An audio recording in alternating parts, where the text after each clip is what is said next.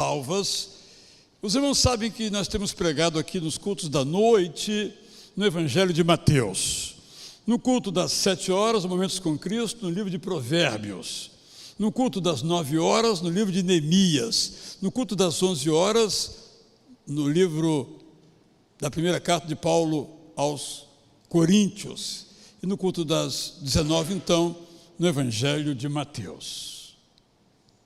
E este Evangelho tem entre suas passagens uma absolutamente extraordinária, que daqui a pouco nós veremos, que nos fala do cansaço e como devemos lidar com ele para ficarmos livres do cansaço.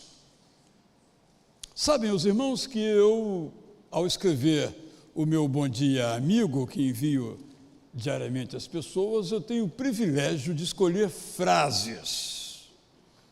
Então, eu já escolhi 3.600 frases, antigas, recentes, autores vivos, autores não mais vivos, e algumas marcam os leitores e outras me marcam. Entre as frases que me marcam está uma do doutor Adib Jatene. Os mais antigos aqui sabem que foi um dos mais importantes cardiologistas do Brasil, chegando inclusive a ocupar o ministério por mérito da saúde em nosso país. E uma vez eu ouvi uma frase dele que eu não li, mas eu ouvi e nunca me esqueceu, está no rol das frases tocantes. Disse ele: trabalho não mata ninguém. O que mata é o aborrecimento. Bom, eu concordo com ele, não sou cardiologista, mas na minha experiência pessoal, é isso que eu verifico. Mas pode ser que o nosso trabalho nos canse. Talvez você esteja cansado, cansada. Estudar para um concurso, tentar uma prova e às vezes não ser classificado. Há situações que nos cansam muito. O trabalho, o concurso é uma delas.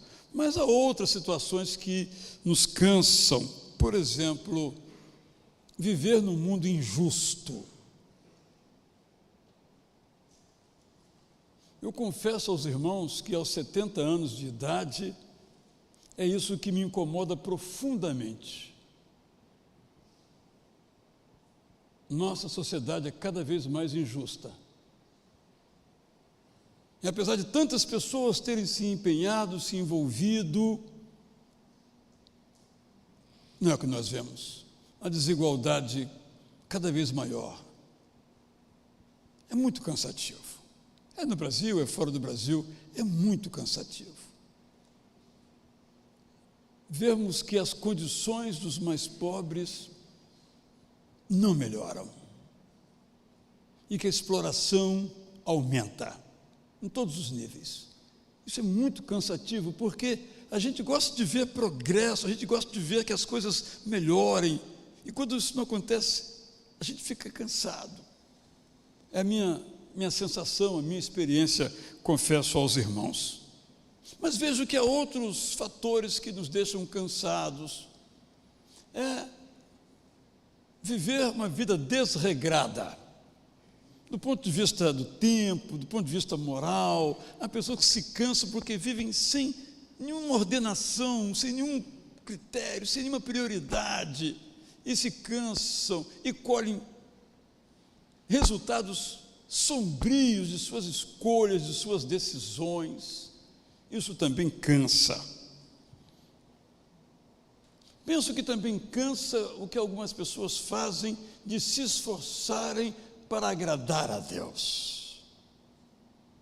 Eu sei que é um tema complexo para a gente discutir aqui, mas há muitas pessoas cansadas. Eu fico imaginando, por exemplo, aquelas pessoas que fazem longuíssimas romarias, às vezes andando dias e noites, sob as condições mais inóspitas, para buscar uma bênção em algum lugar.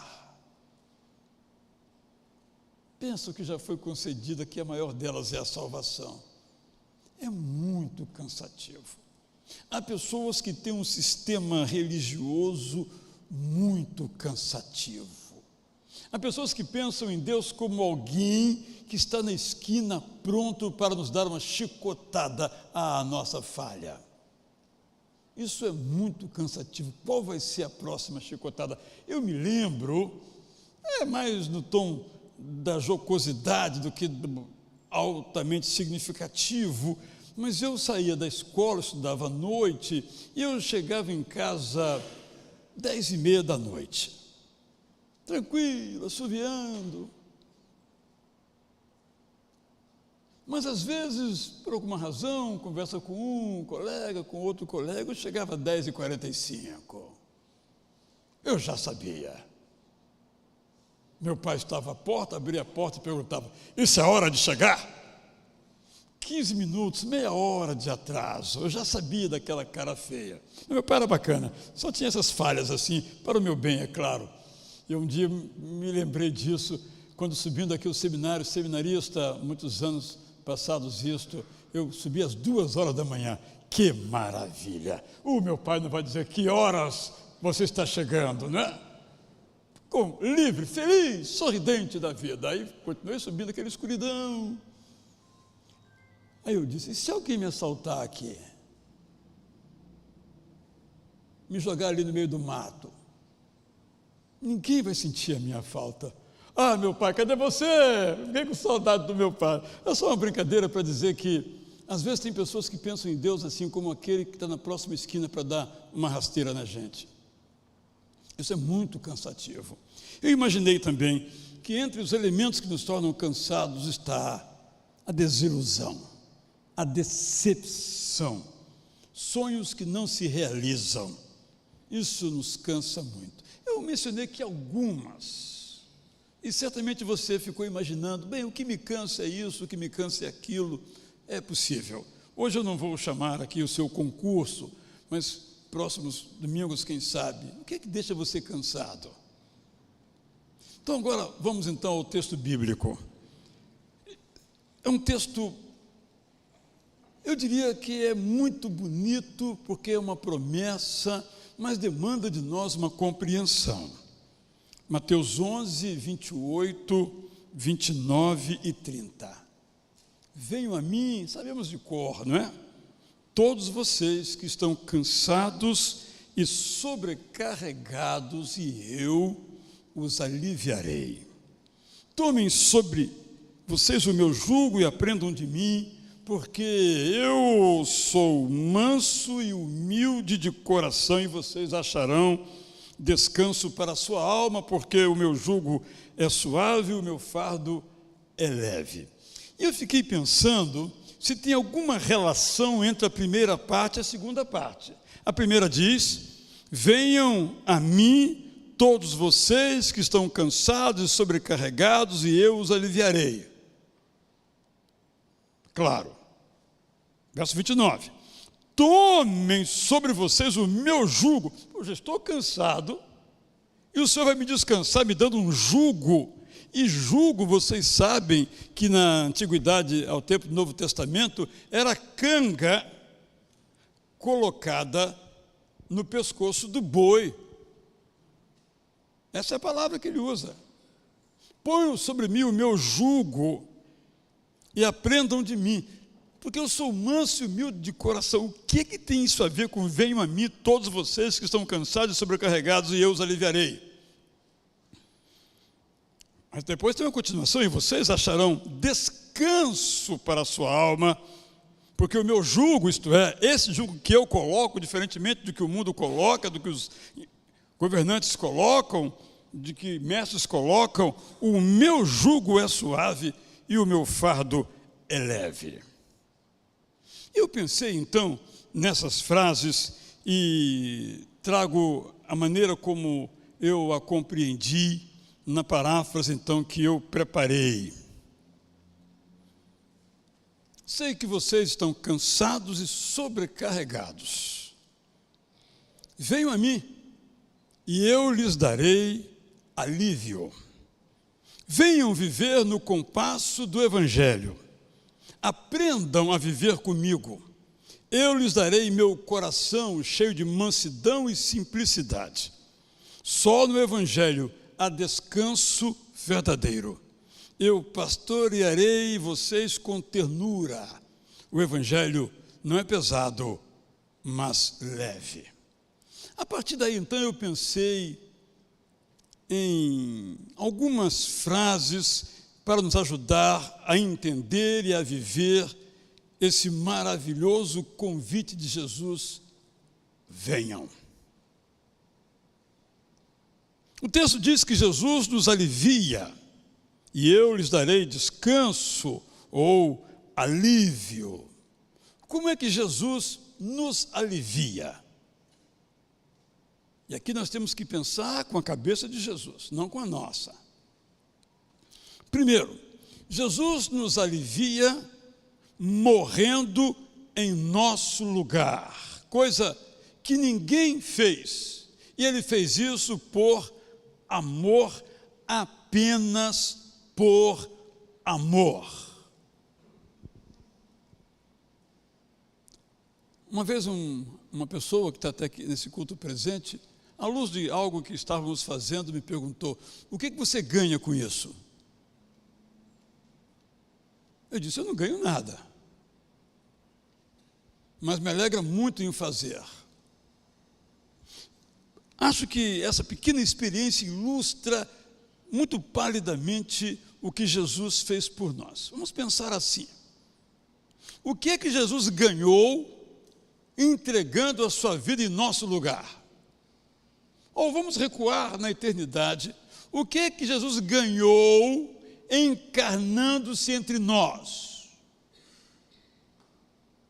Elogios? Fidelidade? É só lermos os evangelhos, não é? Um dos seus mais próximos colaboradores era inclusive tesoureiro do grupo, o traiu com um beijo, que devia ser santo. E o seu outro grande amigo, colega, desde o começo do ministério, Pedro, disse: eu não conheço esse cara. Quando conhecê-lo representava alguma dificuldade. O que é que Jesus ganhou? Ele perdeu a sua própria vida, mas ele era motivado por amor.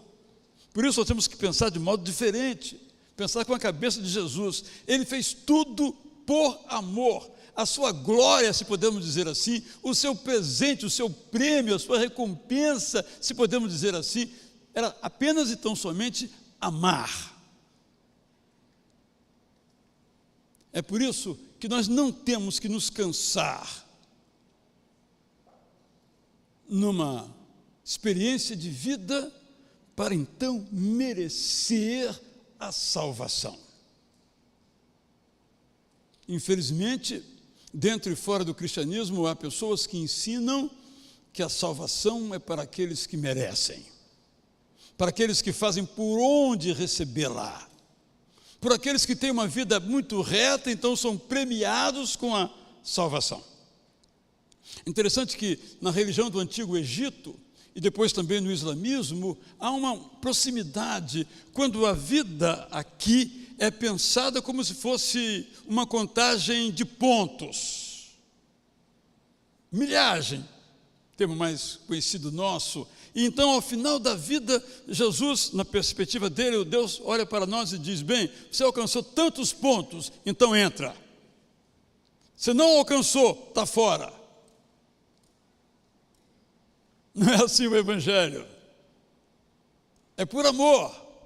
Não temos que fazer nada para ser alvos desse amor. Já fomos alvos desse amor, já fomos resgatados por causa desse amor.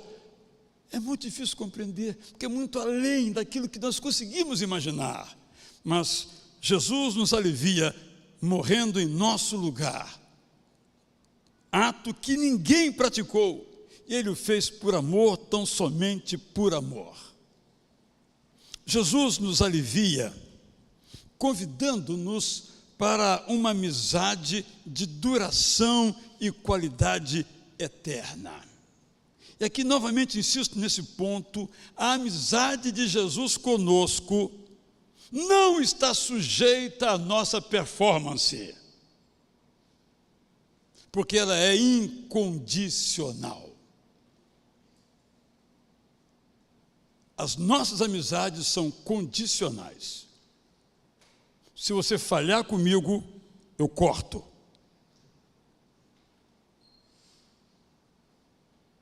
É assim. Se você corresponder, estamos juntos. Se não corresponder, cancelo. O Evangelho é completamente diferente, irmãos. É completamente diferente. Porque a amizade de Jesus conosco não depende da nossa performance. Graças a Deus. Porque se dependesse, nós não seríamos amigos de Jesus.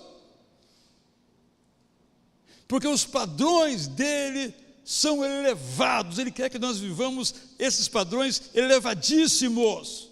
Mas a amizade dele não depende que nós cumpramos esses padrões. Ele só quer que nós busquemos viver com toda a sinceridade do nosso coração. Jesus nos alivia, permanecendo ao nosso lado, para nos dar força para caminhar. Quando nós lemos a vida do apóstolo Paulo, nós ficamos impressionados, porque o homem só levou pancada na vida. Se teve um cara que não ganhou nada desse tipo de olhar, foi o apóstolo Paulo. Ele ganhou chicotadas, ele ganhou prisões, e segundo a tradição, foi morto por ser um fiel pregador do Evangelho de Jesus. O que ele ganhou, humanamente falando? Nada.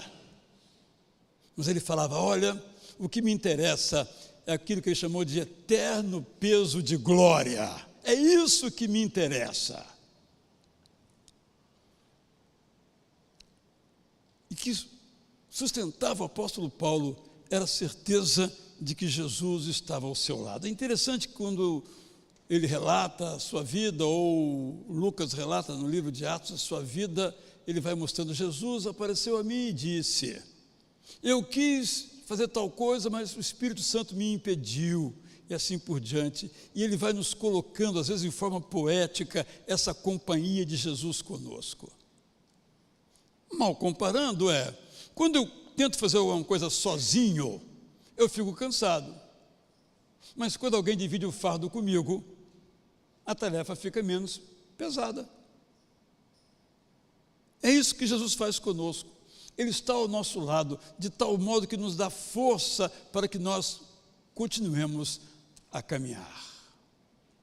Jesus nos alivia, ensinando-nos a viver de um modo sábio, para nós não nos cansarmos. Quando eu falei aqui da desilusão, da decepção, da falta de uma melhora para as pessoas,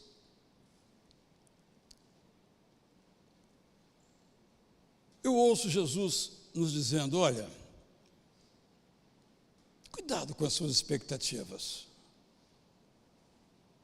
Eu vejo Jesus me dizendo: não fique doente por causa de que aquilo que você sonha para as pessoas, para a sociedade, não acontece.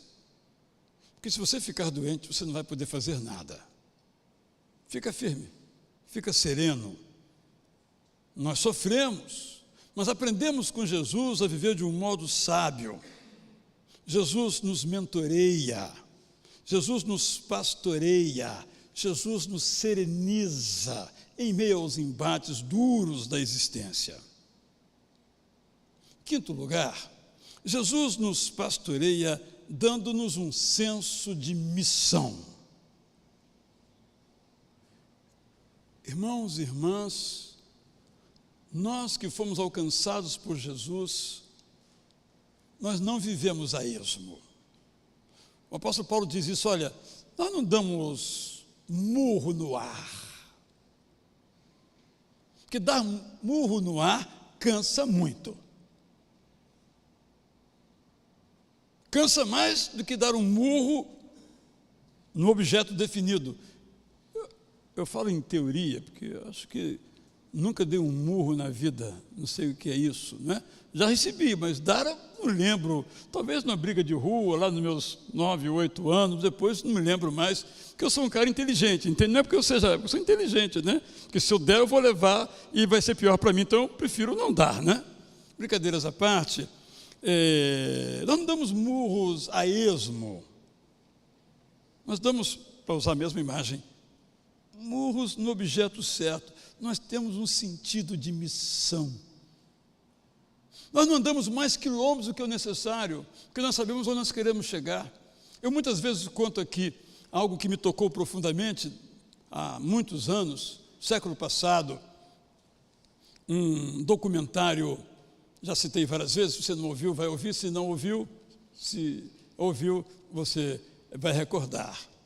Um documentário com Alvin Toffler, que tem uma frase, e o documentário mostrou como é que ela funciona, que era uma pessoa numa rodovia pedindo carona. Ele pedia carona com os 2 polegares, um para a esquerda e outro para a direita. Para onde você quer ir? Qualquer lugar. É muito cansativo. Nem saberá se chegou, porque não sabia para onde queria ir. Mas quando nós somos alcançados pela graça de Jesus, nós sabemos o que é que nós queremos da vida. Isso então não nos cansa. Penso ainda em 6º lugar, que Jesus nos alivia mostrando que há uma vida possível, além do peso da desigualdade, da injustiça e do medo.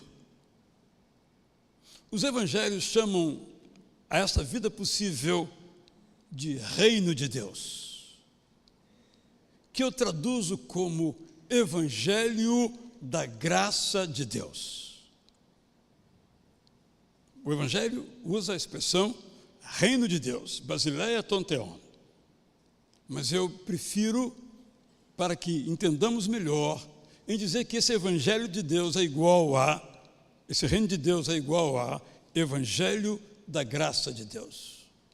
Em outras palavras, nós fazemos parte deste evangelho, nós fazemos parte desse reino, e esse reino diz que todos nós, como Jesus, buscamos um lugar, um tempo, um espaço, onde a desigualdade seja apequenada, a injustiça seja eliminada e o medo esteja ausente. Você vai dizer, isso só no céu. É verdade. Parcialmente verdade. Por que parcialmente verdade? Jesus não veio à terra apenas para nos ensinar a morrer e então viver. Ele veio nos ensinar a viver e depois morrer. Então aquilo que ele nos propõe é para que nós nos empenhemos para que aconteça.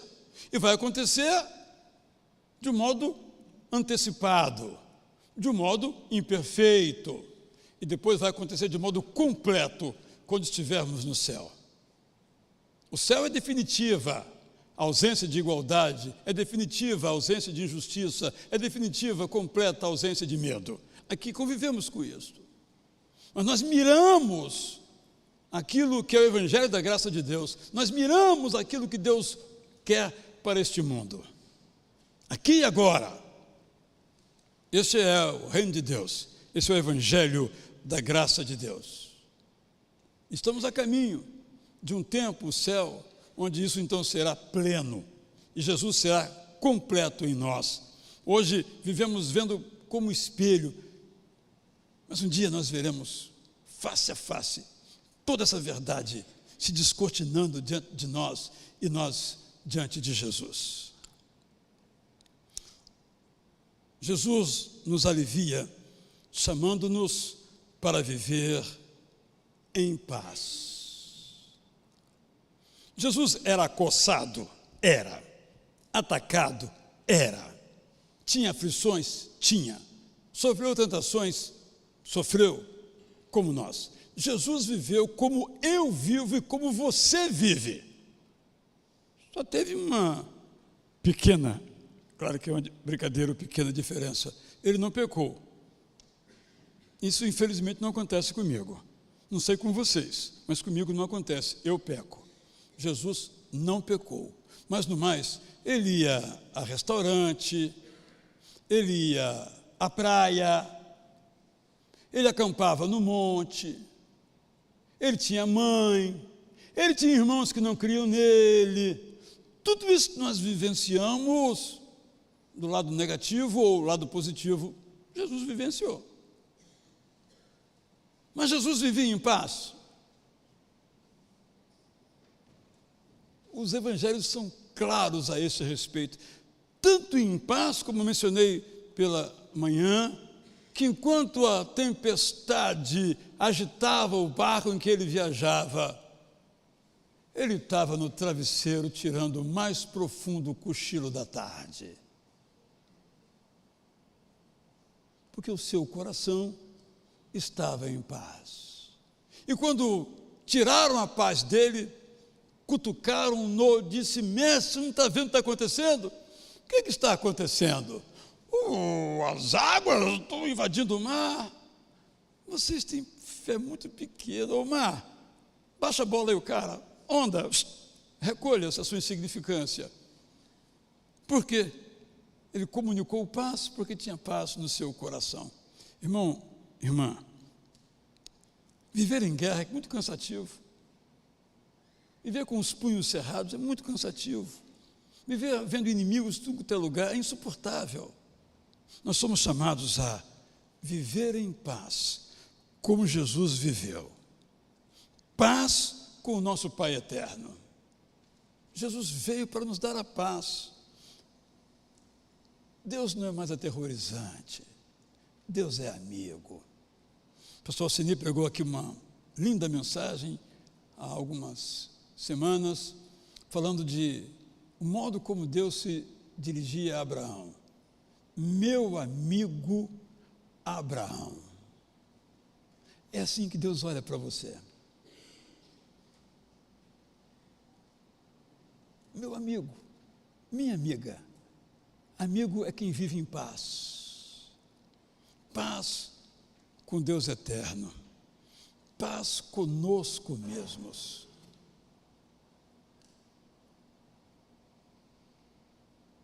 Estamos em paz. Mas isso é possível se o Evangelho nos penetrar.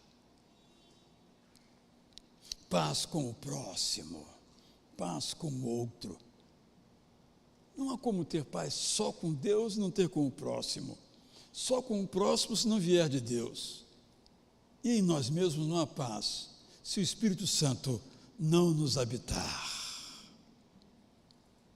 Jesus nos alivia. Leio de novo, então, o texto. Sei que vocês estão cansados e sobrecarregados. Quem sabe seja esta a sua situação, a sua condição há pouco ou há muito tempo, não sei. Venham a mim, disse Jesus. A promessa continua de pé, ecoando pelos séculos, batendo dentro da sua alma. Há um outro modo de viver. É aliviado, é descansado. Venham a mim. Ninguém pode nos dar a paz. Não é verdade. Se você quer a paz, prepare-se para a guerra. Não é assim no Evangelho da Graça de Jesus. Venham viver no compasso do Evangelho. Aprendam a viver comigo. E nesse convívio, nessa amizade, eu lhes darei meu coração cheio de mansidão. Quem é manso não se cansa. Quem é bravo já está cansado. Cheio de mansidão e simplicidade. O Evangelho é muito simples. E só no Evangelho há descanso verdadeiro. Porque no Evangelho, no compasso da graça do Evangelho, nós somos pastoreados com ternura por Jesus. Nós não conhecemos como era o rosto de Jesus. Mas eu fico encantado entre as chamadas de Jesus, a de Mateus ou Levi. E eu imagino, porque o texto tem pouquíssimas palavras,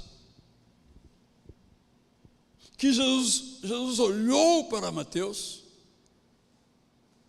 ele na coletoria, Mateus olhou no olho de Jesus, e a história dele mudou.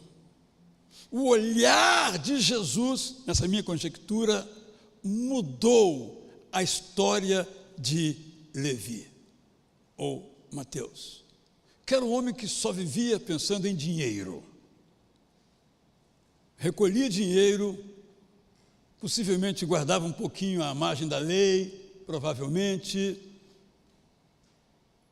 mas estava cansado de coletar dinheiro, de ganhar dinheiro, receber dinheiro, estava cansado daquilo. Aí Jesus vem, olha para ele, diz: vem, só isso. Não teve uma palavra a convencer, vem que se você vier A, B ou C, nenhuma palavra, vem. A minha imaginação, Mateus olhou para o olho de Jesus, largou tudo que estava por ali e seguiu a Jesus. Só no Evangelho Mateus pôde encontrar descanso. Depois a história prossegue nessa amizade de Mateus com Jesus. Eu não sei o que deixa você cansado, ou mais de uma coisa, não sei, mas eu sei que Jesus diz: venham a mim. Nós vamos cantar agora uma música que nos fala exatamente dessa mesma ideia, porque nos diz que nós somos muito poderosos, né? Nós queremos carregar o mundo nas costas, nossas famílias nas costas, nossos amigos nas costas, nossas preocupações nas costas. Qual é o resultado? Cansaço. Pense nisso. Vamos cantar então, como nos encontramos nesse instante, essa música, que ela possa nos inspirar a pensar, a refletir sobre aquilo que realmente é importante na vida, na nossa vida, para que este convite de Jesus: venham a mim e vão encontrar descanso, se realize na sua experiência de vida.